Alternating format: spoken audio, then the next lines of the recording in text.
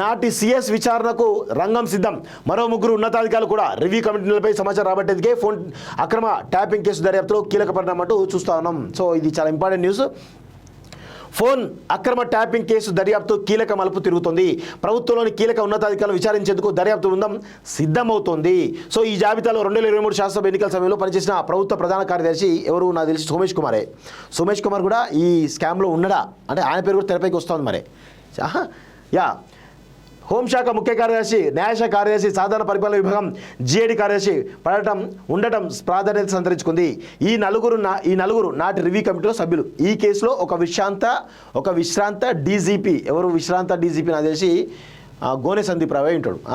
ఆయన ఎప్పుడో చెప్తున్నాను, ఇప్పుడు ఈ ఫోన్ ట్యాపింగ్ బయటకు వచ్చి చెప్తున్నాను, గోనె సందీప్ రావుని పట్టుకోండి, ఆయన పట్టుకుని ఇంకా చాలా విషయాలు తెలుస్తాయి అని చెప్పేసి ఇప్పటి నుంచో మొత్తుకుంటా ఉన్నా. కానీ మీరు ఆయనకు పోస్ట్ ఇవ్వాలని చూస్తూ ఉన్నారు. ఒక విశ్రాంత డీజీపీ, ఇద్దరు అదనపు డీజీపీలు, మరో డీఎస్పీని అరెస్ట్ చేశారు. ప్రధాన నిందితుడు స్పెషల్ ఇంటెలిజెన్స్ బ్రాంచ్ మాజీ ఓఎస్డీ ప్రభాకర్ రావు ఇప్పటికే పరారీలో ఉన్నారు. ఓ మీడియా సంస్థ నిర్వాహకుడు శ్రవణ్ రావు దర్యాప్తు అధికారులు విచారించారు. అరెస్ట్ అయిన నిందితులందరూ ప్రభాకర్ రావు వైపే వేలెత్తి చూపించారంటూ చూస్తున్నాం. మాకు సంబంధం లేదు, ప్రభాకర్ రావే దీనికి అంత రికార్డు అని చెప్పేసి అంటా ఉన్నారు. సో ఆయన వస్తేనే అసలు విషయం బయటపడుతుంది. సో ఈలోపు మరోవైపు ప్రభాకర్ రావు మాత్రం న్యాయస్థానానికి సమర్పించిన పిటిషన్లో అంతా రివ్యూ కమిటీకి సమాచారం ఇచ్చారంటూ చెప్పుకొస్తున్నారు. సో రివ్యూ కమిటీలో ఎవరు? సిఎస్ ఆనాటి సిఎస్ ఎవరు? అయితే శాంతికుమార్ అయి ఉండాలి, లేకపోతే మన సోమేష్ కుమార్ అయి ఉండాలి. చూద్దాం. సో చెప్పుకొస్తున్నారు ఎస్ఐబిలో లీగల్గానే ఫోన్ ట్యాపింగ్ జరిగిందని, ఎవరెవరి ఫోన్లు ట్యాప్ చేశామనే డేటాను రివ్యూ కమిటీ అనుమతితోనే 2023 డిసెంబర్లో ధ్వంసం చేశామని అందులో పేర్కొన్నారు. ప్రభాకర్ రావు ప్రస్తుతం అందుబాటులో లేకపోవడంతో ఈ విషయాలు ధృవీకరించుకోవడం పోలీసులకు సాధ్యం కావడం లేదు. ఈ నేపథ్యంలోనే రివ్యూ కమిటీలో అప్పటి సభ్యులు విచారించాలని దర్యాప్తు అధికారులు నిర్ణయించినట్టు తెలుస్తుంది. దర్యాప్తు దారి తప్పకుండా ఉండేందుకే అంటూ చూస్తున్నాం. గత ప్రభుత్వ హయాంలో ప్రభాకర్ రావు ఎస్ఐబి ఓఎస్డీగా పనిచేసిన పోలీస్ శాఖ వివరాల్లో స్థాయికి మించి వివరించాలని విమర్శ ఉంది.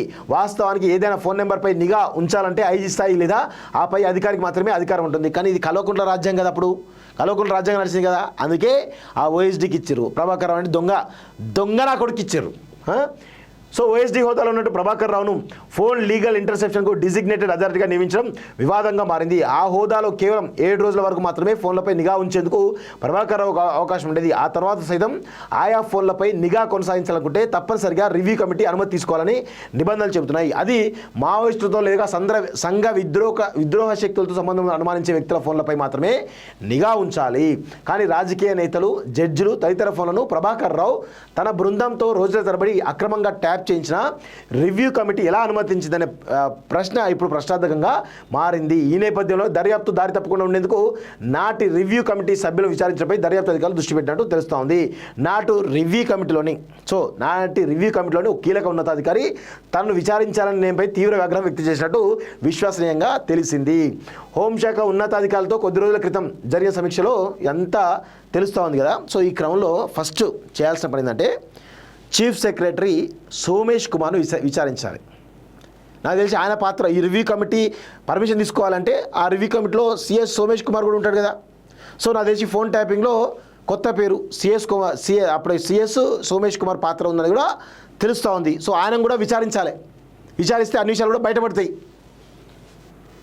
ఆయన శాంతికుమార్ని అందరూ కూడా విచారిస్తే చాలా విషయాలు కూడా బయటపడే అవకాశాలు అయితే కనబడుతున్నాయి. సో ఒకసారి విదేశాల్లో ఉన్నత విద్యను చదువుకోవాలని అనుకుంటున్నారా? అయితే వెంటనే ఫ్లైగ్రాడ్ ఓవర్సీస్ ఎడ్యుకేషన్ కన్సల్టెన్సీని సంప్రదించండి. మీ విదేశీ కలలను సాకారం చేసుకోండి. ఫ్లైగ్రాడ్